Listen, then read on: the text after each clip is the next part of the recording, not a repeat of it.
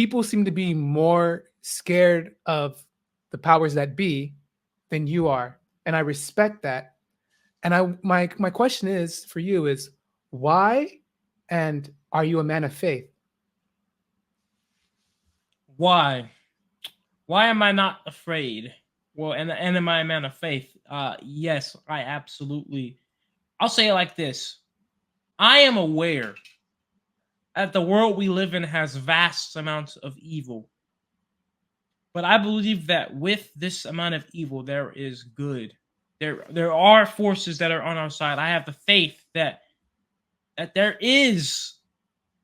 are forces that will help us, and as long as we believe in ourselves and we have faith that we will be okay.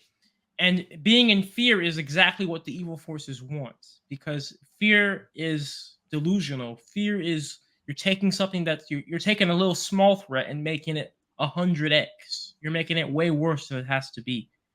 Fear will never accelerate anything you do. It will only take from what you do. And I tell people all the time that with this is what I want to do, and I'm going to do it. So if I'm going to do it, no matter what happens, then why do it in fear? Because if I'm in fear, it's not going to be done as good as it could be if I wasn't in fear. And I do have that faith in the Creator got me. The Creator got my back. The guardian angels got my back, because everything I'm doing is in good ethics, is in good morals, is in good intentions, and I truly believe that not necessarily if you do good you deserve good, but I believe that if you work hard and walk in the right paths, that things will reciprocate that way back to you. So I believe that as long as I truly stay true to myself and to the mission, that ultimately, even if it comes off to us as just humans in the flesh, like something goes wrong, on the spiritual side, it's all a part of the plan. I love that. Basically, it sounds a lot like what people call like the law of karma, a little bit, right? Put good in, good comes back to you, type of thing. And Right. and I do believe that, in my opinion, Julian, that you are in your purpose and you're doing it.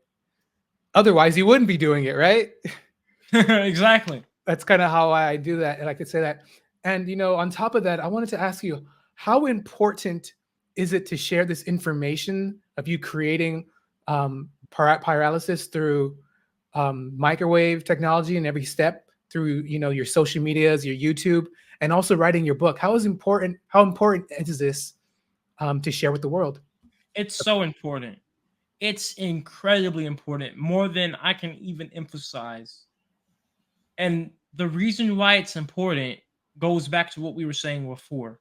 The fact that the technology to turn the most polluting thing on our planet into fuel is something that people are just hearing about from me for the first time is a literal crime.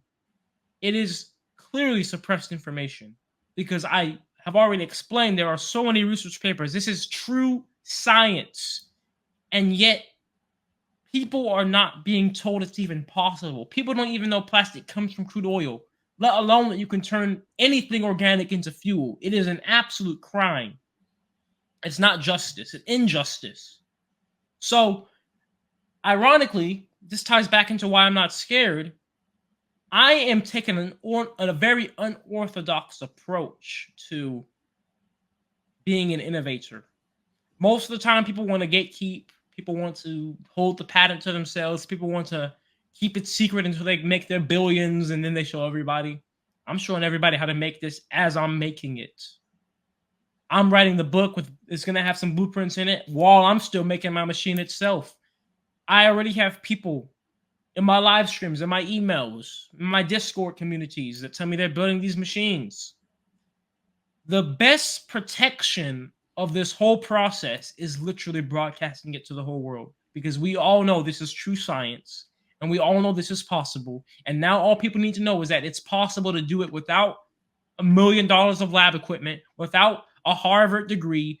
With all you need is a little bit of welding experience and safety precautions, a little bit of electrical experience, because that's all I had. You can do it yourself. I did it when I was 18. Imagine how many people are 60, How many people are in their 40s, 30s, 50s, 60s that have experience in so many fields of life? They're handy people. All they had to know is that it was possible, just like running the 4-minute mile. Once people knew that was possible, they're running the 3-minute mile. So Hmm. now that people know that it's possible, it's going to get even better and even better. And no matter what happens to me, going back to what I was saying before, even if on the human flesh, physical level, something happens to me and it looks like, oh no, something is not working with this process. On the spiritual level, it's all a part of the plan, because if something happens to me, next person's going to do it. Something happens to them, next person's going to do it. Eventually, it will be done by somebody, some entity, some corporation. This technology is now inevitable. It's already been shown to too many people at this point. Amazing. And again, thank you for that, sharing, because, once the information's out, it's kind of like you can't control it. The fire in the wilderness, it's gone. You can't stop it. Information once it's gone. Exactly. And you know, once you see something, you never unsee it. And the fact that I already see people, I already know so many people that are building these, and I already know a few people who are building them and showing them online, like broadcasting it on YouTube, just like I have, and social media. It's too late to stop it now. No matter what happens to me, it will be out there, because people, we all unanimously as humans agree, whether you're the Republican, Democrat, no matter what your race, gender, sex is, we all agree there should not be plastics in our oceans like this. We all agree that's wrong. We all agree that's an eyesore. We all agree it's ugly. We all agree it's horrible for every living thing, including us. We all agree that we're getting microplastics in us and it's destroying babies, and they're in fetuses and in our kidneys and our bodies. We all agree it is not right. It is injustice to not only our planet, but all of humanity and every living creature around on this planet. So with that unanimous agreement that this is not right, and now that people on a broad level, because I've had tens of millions of views, now that people know that there is a true solution to it, people will never forget that. And if something ever happens to me, it will only spark it even more, because people are going to be like, okay, if they did something to him, now we definitely know he was onto something. Now we definitely know. So it's too late now. Yeah. It's too late. It's too late. It's so awesome. And ever since I remember I came across you like maybe 3 years ago on accident. You're a lot younger. I think the locks were a lot shorter, but there's something that's been consistent with you from the beginning. Do you know what that is? I would say my drive. Yes, even something more physical, which is the dress. You've always put on a suit and dressed up, no matter what. And I always, it goes to in my perspective, and you can clarify this if it's wrong, people take you more serious when you dress for the occasion and you dress properly. So can you give us all a reason why you decided to always make sure that you show up with a button up, even if it's a suit or whatever with a jacket? Can you please explain why you decided to do stuff like that? Absolutely. I call it a part of the trillionaire's mindset.